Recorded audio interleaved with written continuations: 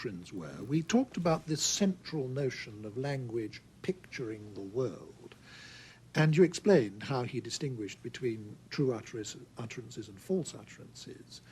Does he provide us with any way of seeing if a statement pictures the world, of seeing if our utterances are true or false? What kind of analysis of the utterance will show us whether it's true or false? There's absolutely no explanation, as I said earlier, of what the simple objects are, and therefore there's no account given of, so to speak, how we come to be aware of the simple objects. All he talks about is what the relation between the basic propositions of discourse and the objects to which they relate must be. What he does do is suggest various ways in which the sentences of ordinary discourse can be analyzed or decomposed into these ultimate, basically pictorial sentences.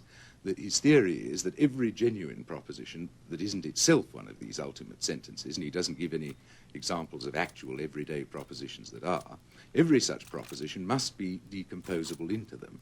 And his thesis is, to put it in a slightly technical way, that every genuine proposition whatever is a truth function of elementary propositions, which in effect means that it's just an abbreviated formula for a vast assemblage, a conjunction of elementary propositions and the negations thereof.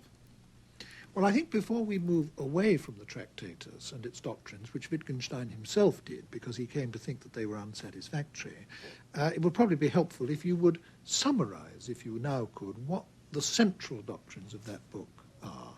Well, the central doctrine, I think, is that language in its fundamentally distinctive use as a means for describing the world can work only by picturing the world. How it pictures the world is through configuring names of objects, names of simple objects, into arrangements that correspond, where the proposition is true, to an actual arrangement of objects, which correspond, where the proposition is false, to a possible arrangement of objects.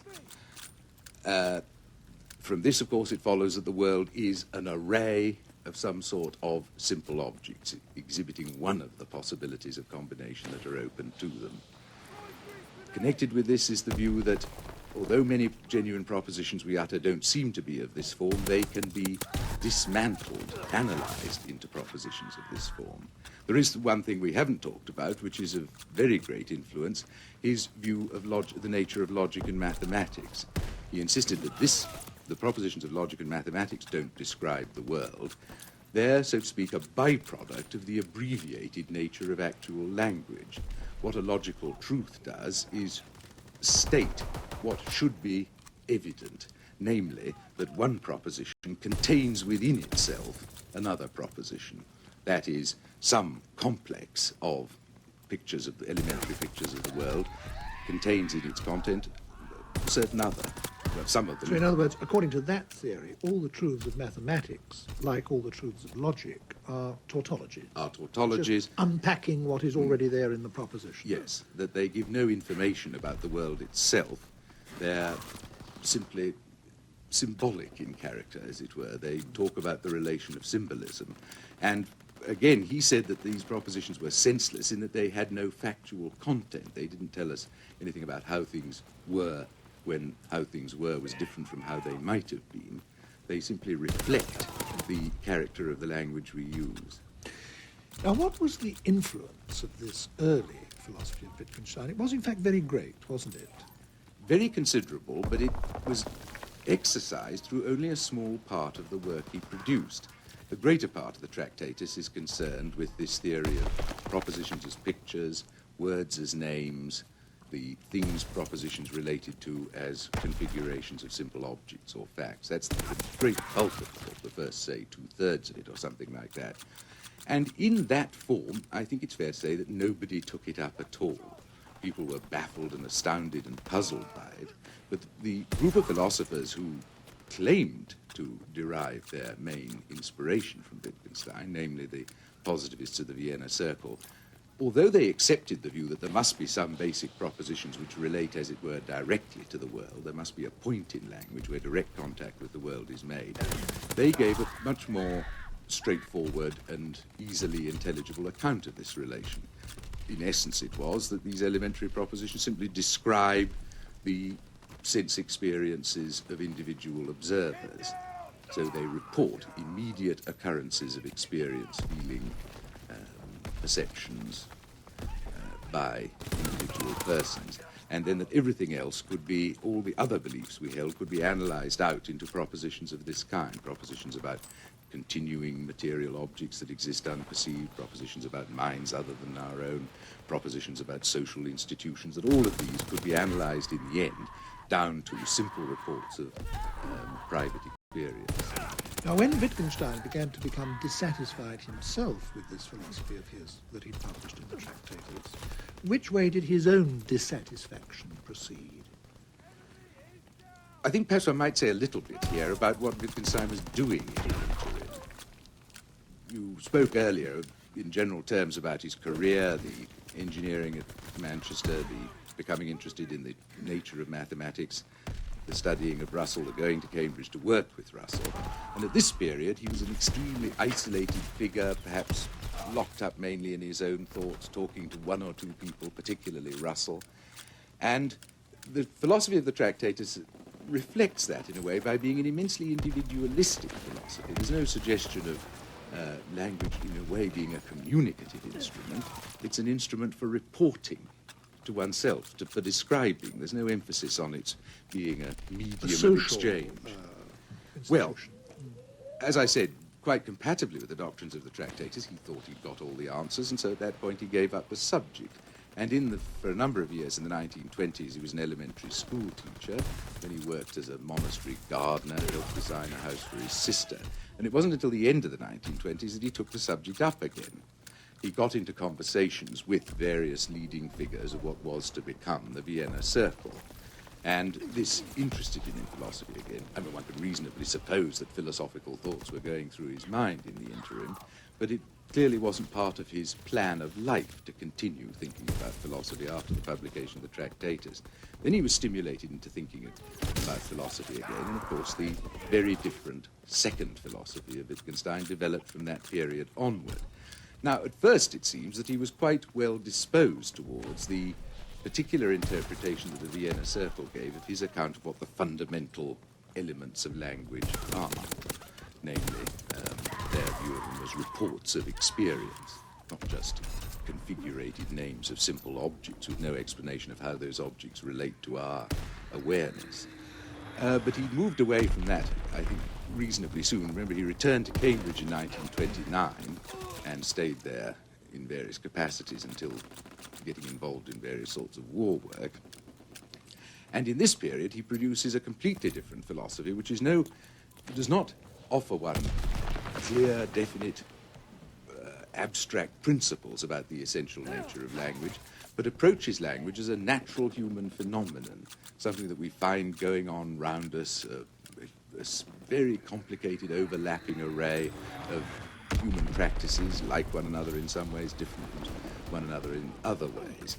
And an essential feature of this later philosophy is that language is essentially a public or social phenomenon, that it can only function if there are rules that are accepted by more than one person, so that any one person's use of the rules which guide him in speaking is open to correction and improvement by another person's observation. I think probably the easiest way into the later philosophy of Wittgenstein and into seeing how it differs from the earlier philosophy is to start with the two different theories of meaning in the two different philosophies. We talked earlier about how the central theory of meaning in the early philosophy was that a proposition is a picture of the world, a picture of reality. This central metaphor is changed in the later philosophy. He no longer sees meaning as being a picture of the world at all, or anything like that.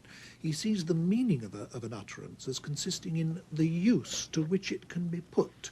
In other words, he sees a sentence as not a picture but a tool. And the meaning of this sentence is, so to speak, the sum total of its possible uses. And this, of course, as you were just saying, relates it to human activity and ultimately, indeed, to different ways of life. Now, this shift in the view of what meaning is is That's absolutely right, my fundamental to the whole package. philosophy, and a whole mass of changes from the earlier philosophy then follow from that, don't they? Can you, so to speak, take the story up from there? Yes, what we've got here, I think, is in a way best expressed through the two metaphors that I think both cropped up in what you just said then. First of all, the constant reference from language to games, which is incorporated in a crucial technical term of the later philosophy, the notion of a language game. Incidentally, can I just interrupt to say I think that this metaphor has been extremely unfortunate because a lot of people have concluded from the fact that Wittgenstein is always talking about language games and the use of language as a game, that he somehow regarded all utterance as frivolous, and that confirms a lot of the prejudices that some people have about linguistic philosophy, that they're just playing with words. That was certainly not his intention. It was just to draw our notice to two features of games. The first one, simply that they're rule-governed practices, and a lot follows from this in a way about how the rules of a game can change, and the games can resemble one another in all sorts of different ways. That second point leads on to the second feature about games, which is that there's no common characteristic to all games. Games, as he says, are related to one another by family resemblance. And that, applied back to language, means the various kinds of activity we perform with language, asking questions, cursing, greeting, praying, to give some examples he enumerates, these are all different things we do with language. Now, the game analogy, I agree, might seem to carry with it the suggestion that therefore these things are just for fun or pastimes or what have you. But the other analogy that you mentioned was the analogy of language to a set of tools which are used with a purpose. I mean, there's these two things about language. It's a purposive undertaking, and yet it's carried out with items which are governed by conventional and alterable rules. Well, now, this notion of language had a lot of influence outside philosophy, especially in anthropology and sociology. Can you say something about how they were affected by this new notion of meaning? Well, I think one needs to precede that by one remark about his later view of the nature of philosophy itself. There is a great continuity between his earlier and later general view about philosophy, namely that it's essentially an activity and not a theory, to use the formula of the Tractatus. It's something that you have to do, philosophy. It's not something you arrive at and can... it's not a body of doctrine. A statable, final body of doctrine. He says that quite explicitly in the Tractatus. It remains the case in the investigations. He says one shouldn't put forward philosophical theories. They simply augment confusion. What one does as a philosopher is to assemble reminders about the way in which language is actually used in its various forms, the various distinct but not utterly unrelated games, language games in which it is employed.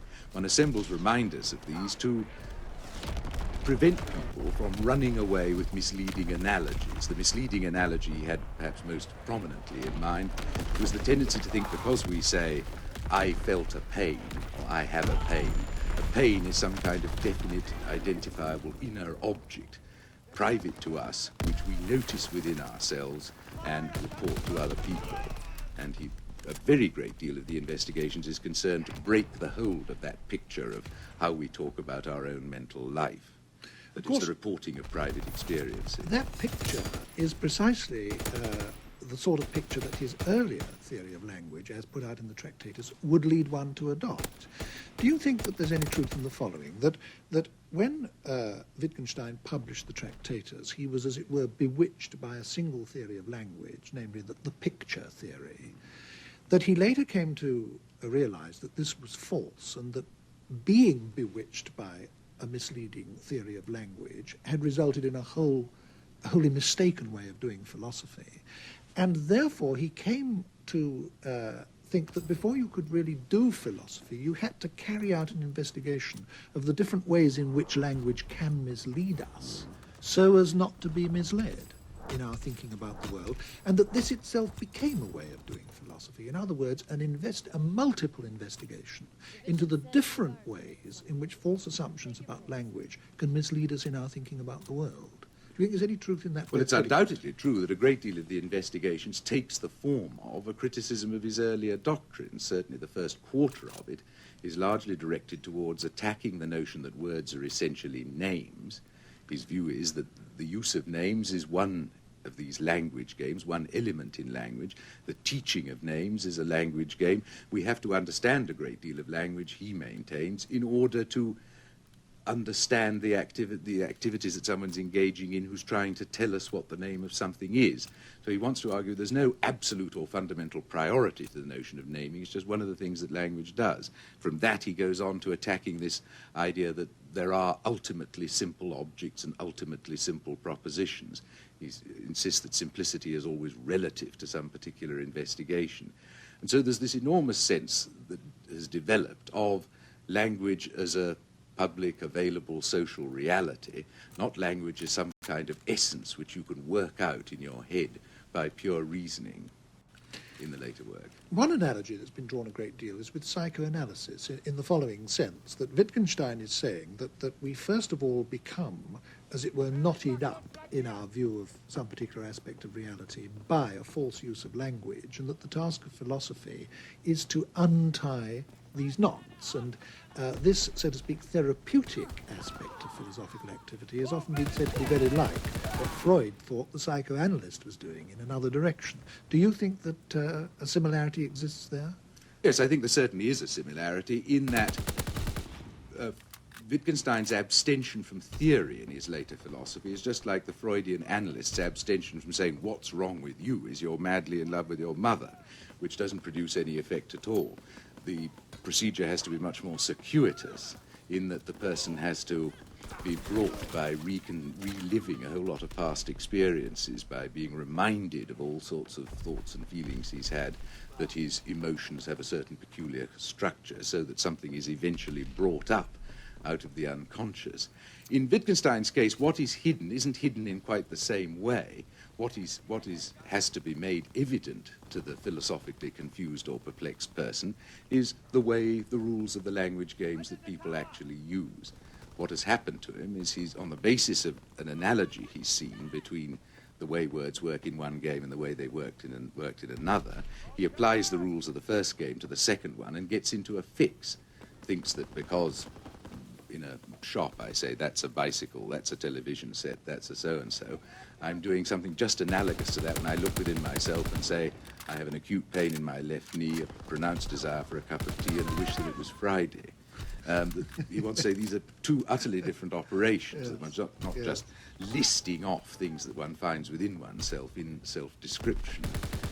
And the way to do this, he maintains, is to consider language in its natural setting, to see all the circumstances in which people say things, the behavior that characteristically accompanies their saying certain things.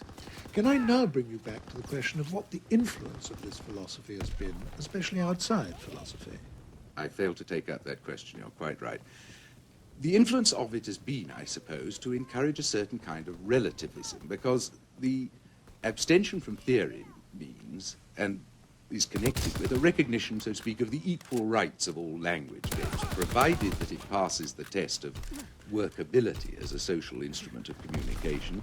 Then it constitutes what he calls a form of life, and he doesn't think you can really understand some, as it were, unfamiliar language game without actually participating, without playing it, so to speak. Well, now, you spoke of influence of this on anthropology and sociology. All right, a certain form of anthropology and sociology, if you like, looks at social orders utterly different from those in which the student of the subject himself lives, and he then proceeds to criticize what's going on there in the light of the accepted rules of his own society, when the whole notion, as it were, of the savage, where people say, well, presumably savage languages, because their life is so technologically unadvanced, their language is presumably going to be a few grunts, whereas, of course, this is not true at all. The languages of technically primitive people are of an enormous degree of complexity.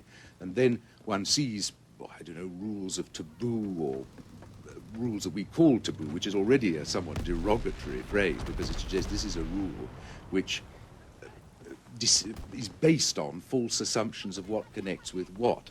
And he would say, I think that it's just a misunderstanding bred by not actually being a party to, not fully being within the form of life in which these taboo rules operate. What, speaking for yourself, do you think is wrong with this later philosophy, unless, of course, you buy it whole?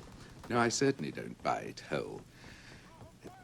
What I think is important about it, I do think the philosophy of mind, the account of our discourse about our own mental life and that of others, has given very good reason for abandoning an assumption that was traditionally made, that there was a kind of huge cleavage between our thought and discourse about the physical world and our thought and discourse about the mind.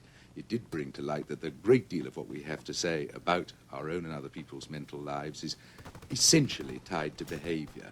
As it were, being generous, the test of whether a person is generous is what they give and when, not whether they have generous impulses. A person who claims to have endless generous impulses but actually always lets the plate pass by, one supposes he's either being insincere or is at best deceiving himself. Well, the generous impulse, as it were, Wittgenstein's point, is neither here nor there. It's just for a person to be generous is for them to act in a certain way in certain circumstances. And yet, after all, generosity is a character trait. It's part, an aspect of an individual's mind. The mind isn't a hidden, private thing altogether. And that, I think, is important in the later work. What I object to myself is the abstention from theory, if you like, that nothing ever seems to come to an end, nothing ever gets settled. The examples are heaped up, and then, as it were, they're offered to you to take or to leave. It seems to me an intellectually unsatisfactory practice. The whole manner of exposition of the investigations is a kind of cumulative and disorderly persuasion, rather than definitely setting out something that is to be discussed and saying, well, in favor of it, so-and-so is to be said, against it, so-and-so is to be said. I don't say this is in any sense a mannerism on Wittgenstein's part. It represents a commitment, a belief on his part that this is the way the subject should be done. I just don't believe it can be done like that, or that understanding of a lasting kind is achieved by this consciously inconclusive way of proceeding. If one takes 3 pages back and looks at the 2 philosophies of Wittgenstein, the earlier and the later one, there seem to me to be at least 3 ways in which they are viewed by other philosophers who are themselves very distinguished. I suppose a large number of philosophers, perhaps most, regard both the early and the late philosophy as being works of genius. But some, Bertrand Russell as an example, regarded the first philosophy as being the product of genius, but the later philosophy as being trivial and, well, really, he kept saying, he thought, a worthless exercise. There are other philosophers, and Karl Popper is one, for example, who doesn't think at all highly of either of them. How do you evaluate them in their relation to each other? Well, I'm perhaps docile enough to be quite convinced that Wittgenstein is a genius and that both stages of his work are works of genius. But as so often in philosophical works, this isn't because everything is said in them is true. Who would deny, after all, that Plato was a genius? Yet who would believe Plato's view of the universe, that what really exists is abstract, timeless entities, and the world of things in space and time is a sort of shadowy appearance? One can recognize the genius of a philosopher without, in fact, accepting very much of what he says. The genius might consist, one might say very evidently in the case of Kant, in asking questions of a more fundamental and powerful kind than people had asked before, challenging assumptions that had gone hitherto unchallenged. And I think in both parts of his work, this is achieved. Thank you very much. I must say that I think that you've succeeded in doing something that is very difficult to do, and that is making 2 philosophies intelligible in a space that in this series we're normally devoting to one. Thank you very much, Anthony Quinton. GG, man. Wait, what? GG. I can't hear you. Arm shake. Oh, yeah? Hello. You want to play with me? There's modern painting and modern music and modern poetry and the modern novel, all developed, roughly speaking, simultaneously. They all got going in the early years of this century and first became fashionable in about the 1920s. And in all the arts, modernism has had some strikingly similar consequences. For instance, in each of the arts there was a turning away from the unself-conscious depiction of the world, or of experience, and a turning in on itself. Art actually became its own subject matter. That's to say, it became familiar for, say, the subject of a poem to be the process of writing a poem, or the difficulties of being a poet. Ditto with plays and novels, and later even films. Music and painting, too, in their different ways, exhibited the same concern with their own innards, and very often turned them into their own subject matter, and put them on display. In all the arts, too, and perhaps this is related to the last point, there was a disintegration of traditional forms, a tendency to build new structures and to build them out of small, carefully shaped fragments. I'm emphasizing this because all this is true, and with remarkable exactitude, of philosophy as well, a fact which illustrates how deeply embedded the development of philosophy is in the cultural matrix of its time. Modern philosophy can be said to have started in 1903 with the breakaway of G.E. Moore and Bertrand Russell from the idealism which had dominated the 19th century, and then, after the pioneering work of Russell, followed by that of Wittgenstein, who was a pupil of Russell, there developed in the 1920s in Austria the first fully fledged school devoted to the new philosophy, a school which was known as the Vienna Circle. To the philosophy they developed they gave the name logical positivism, and for a long time afterwards that label was attached to modern philosophy generally in the minds of very many laymen. The person who introduced logical positivism into England was A.J. Ayer, and his is the name that has been chiefly associated with it ever since in this country. He did so in a still very famous and widely read book called Language, Truth and Logic, which he published in January 1936 when he was only 25. It's very much a young man's book, explosively written, and it's still the best short guide to the central doctrines of logical positivism. The aggressiveness of that book was typical of the movement as a whole. They self-consciously organized themselves like a political party, with regular meetings and publications and international congresses, and they propagated their doctrines with missionary zeal. If we look at the question of what they were fighting against so passionately and why, I think that will provide us with the clearest starting point for our consideration of logical positivism. And then we'll be in a better position to go on and examine their own doctrines.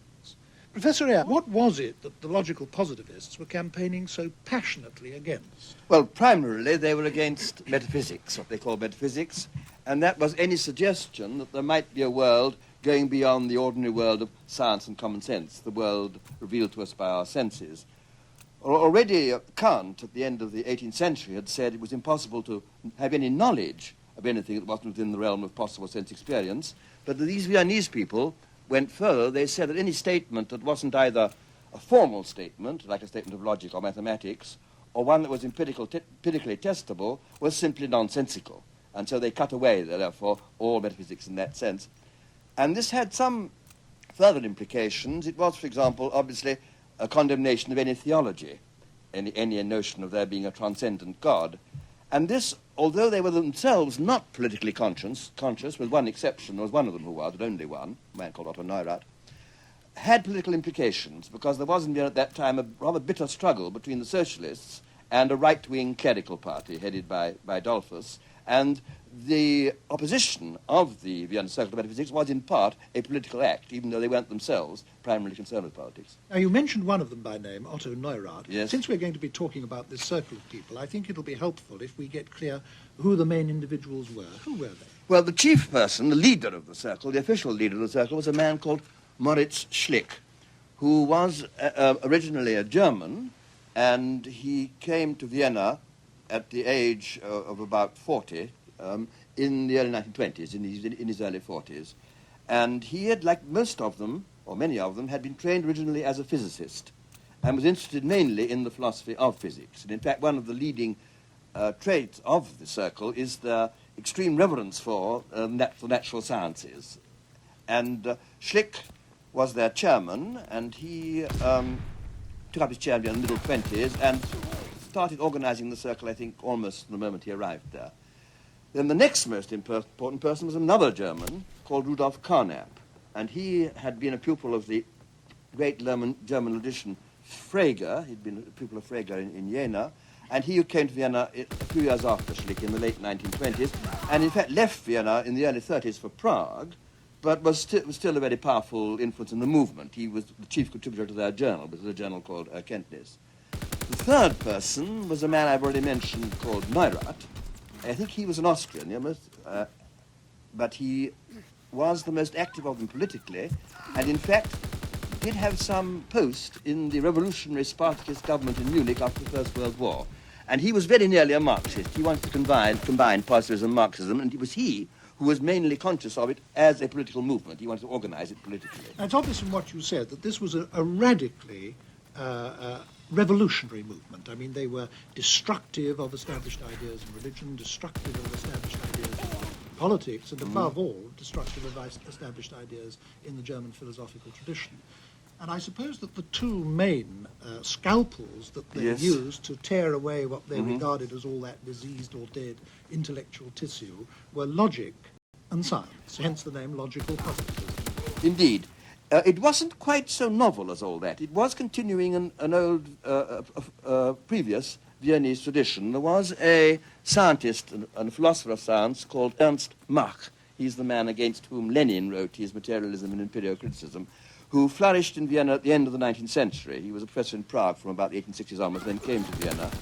And it was he who took the view of science that, for example, Schlick also took, that it must deal, in the last resort, simply with human sensations. Since all our knowledge of scientific facts comes through our senses, then Mach reasoned that in the last resort, science must simply be a description of sensation. And this was the Viennese people took over. And of course they were following an old empiricist tradition. Although they didn't themselves know or care much about the history of philosophy, what they said was very like what was said by the English philosopher, Scottish philosopher, David Hume, in the 18th century. To that extent, they weren't all that novel, they weren't all that revolutionary. What was revolutionary was, in a sense, their fervour and their seeing this as putting philosophy on a new road. They thought that here at last we've now discovered what philosophy is going to be. It's going to be the handmaiden of science. It wasn't so much that they used science in their philosophy as that they thought that the whole field of knowledge was taken up by science. I mean, science describes the world. The only world there is this world, the world of things around us and so on, and this is what science describes. And there isn't any other domain for philosophy to occupy itself with. Therefore, what can it do? All it can do is analyze and criticize the theories, the concepts of science. This is how science came in. Logic came in as supplying them with a tool. Logic had remained pretty much stagnant since the days of Aristotle, and then at the beginning of the 19th century, it took a move forward. There were some precursors, there was Boole and De Morgan, but the real jump came at the end of the 19th century with Frege in Germany, and as we yourself said earlier, Russell and Whitehead in England. And this generalized logic more widely. It didn't actually refute Aristotle. They showed that Aristotle worked as a little corner of logic. They had lived there a much more wide-reaching, far-ranging logic, which provided them with a very powerful tool of analysis. It enabled them to express things much more precisely. And since they were very interested in structure, since they thought that science was largely concerned with structure, with relations between things, the development originally by Schroeder and Peirce in the 19th century and by Russell and Whitehead in the 20th, of logical relations gave them a tool. It gave them a tool of philosophical analysis. While I entirely take your point about Mach being a precursor of the logical positivist movement, it is true, isn't it, that in addition to there being a new logic at the turn of the century, there was also a new science. I mean, dramatically personified above all by Einstein, but there was this enormous breakthrough, a thought system of ideas which had started with Newton and which had been accepted as incorrigible fact by most of the Western world for nearly 300 years. This was beginning to break down under the influence of Einstein and the new physics, and surely that must have had an enormous impact on what they were doing. This had a very important stimulus to them, because, in fact, Einstein had been affected by Mach. I heard it in his own mouth that he owed a great deal to Mach. And they saw Einstein's work in theory of relativity, and also they saw the new quantum theory as a vindication of their approach. Because what Einstein had done, anyhow, as they interpreted him, was to say, you can't attach any sense to something like simultaneity unless you consider how statements about simultaneity are verified. That is to say that what is meant by talking of things being simultaneous depends upon how simultaneity is actually determined in observation.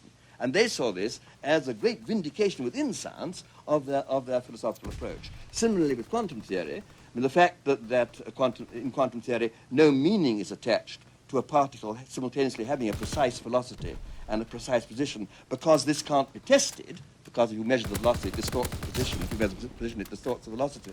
Therefore, the scientists attached no meaning. They said this is a proof that what scientific concepts mean is determined by how they're verified, and this is what we're saying. And so this gave them an enormous stimulus. They said, well, science is on our side, we're interpreting science properly. And they were, as I said, Carnap and Schlick were originally physicists. Neurath was a sociologist.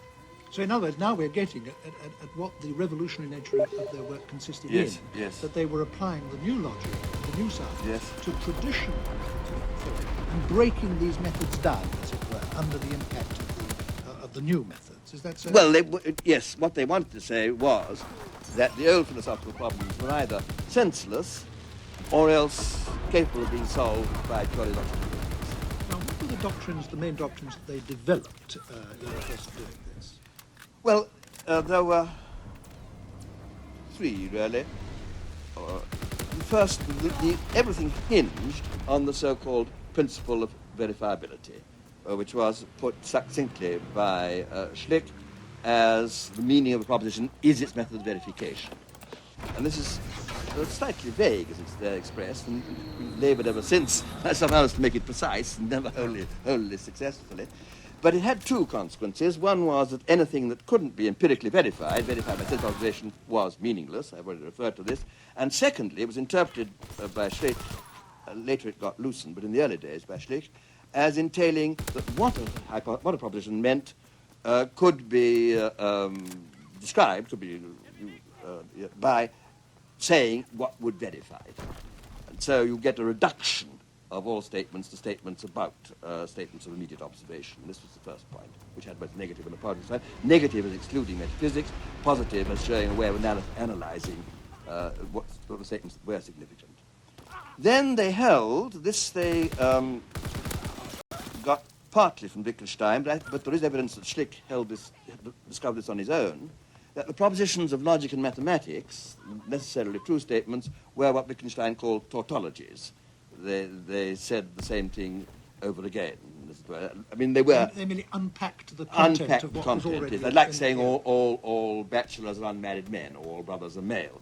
But all logic and mathematics simply was what Kant had called analytic. That's to say, as you put it, unpacking the content of what you've already said. And then the third main thing was about philosophy itself. They thought that philosophy must consist in what Wittgenstein and Schlick called an activity of elucidation. I mean, there was a saying of Wittgenstein, which was quoted again by Schlick, that philosophy is not a doctrine, but an activity. It doesn't issue in a body of true or false propositions, because this is covered by the sciences, but simply is the activity of clarifying, analyzing, and in certain cases, exposing nonsense. Wittgenstein, at the end of his famous book, Tractatus, had said, the right method of philosophy is simply to wait and says something metaphysical, then show him it is nonsense. Which is a bit, of course, negative and discouraging for a philosopher. Well, now, taking off the first of those 3 points first, yes. I think it'll be fairly clear to most people what's meant by the view that any statement about the world must make some observable difference to something if it's true. Yes. Otherwise, it's difficult to see how it can have any application. Yes. When you say that the meaning of a statement consists in the method by which you verify it, I think that's probably not clear to some of the people who are listening to this discussion. Can you explain that a bit? Yes, I can. Originally, it was thought by Schlick and by Mach before him, and possibly also by Wittgenstein, though it's not quite clear what Wittgenstein's atomic elementary statements are meant to be, that you could translate out all statements into statements about sense data, about immediate data of observation. And this was never actually achieved, and clearly runs into very great difficulties, for instance, in the case of universal propositions saying all ravens are black. I mean, all gases expand when heated, because the range covered by the all might be infinite. And of course, if it's infinite, then you couldn't possibly translate out. And so they then were driven to rather desperate expedients. Schlick actually said that statements of this kind weren't propositions at all, but rules, simply rules for getting from one particular statement, this raven is black, and, I mean, this is a raven, to this is black, and so on, rules of inference. And then there were other difficulties. I mean, clearly, it seemed perfectly clear that if you take very high-level, abstract scientific propositions about atoms, electrons, nuclei, and so on, to try and write this out in terms of sensations, in terms of blues and rounds and warm feelings of warmth and so on, it simply doesn't work. And for various reasons, then, the principle got weakened, and it was the idea that you could translate out became given up, and all that was required was that these propositions, which be significant, should be confirmable by sense observation. And this meant that their meaning remained sort of partially undetermined. That it was thought that they got meaning from the cases where they were in fact confirmed, where the test could be carried out, and the rest was left rather vague.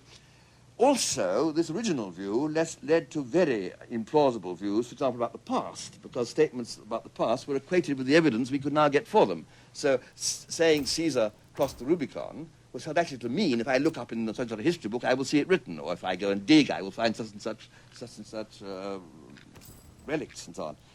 And I actually put forward this view in Language, Truth and Logic. It now seems desperately implausible to me. And again, there's difference about other minds, of course. If I say that you're feeling such and such, I can only observe your behavior, and in the early days, the Viennese wanted to say that all those statements meant was statements about people's behavior. That again became doubted. So I think that the verification principle in its strong form really didn't last very long. Let me just, we're covering a lot of ground very fast. Let me recapitulate, yes. Just to make sure that we've got things absolutely clear up to this point. According to what we might call the strong version of logical positivism, all meaningful statements were of two kinds. Yes. If either they were empirical statements about the world, in which case they must make some observable difference to something, and therefore must be verifiable if they're to be meaningful. That's right. It doesn't mean to say they're necessarily true, because we might try and verify them and find that they're not true. But it must be possible for them to be true, and therefore possible for them to be verified if they're to have any meaning. That's one lot of statements, empirical statements. Or they must be about mathematics or logic, in which case they are purely self-referential. The true ones unpack what is already in the premises. The false ones are self-contradictions. Is right? And if a statement is of neither of these two kinds, then it's meaningless. That's right. And with that as a kind of weapon, they were able to chuck overboard whole areas of traditional discourse, not only in religion and not only in politics, but also in philosophy and no doubt all other areas of life. Now, one query that occurs to one straight away is this. If we make moral judgments or value judgments or aesthetic judgments, it seems pretty clear that these are neither statements about the world, nor are they tautologies. Now, that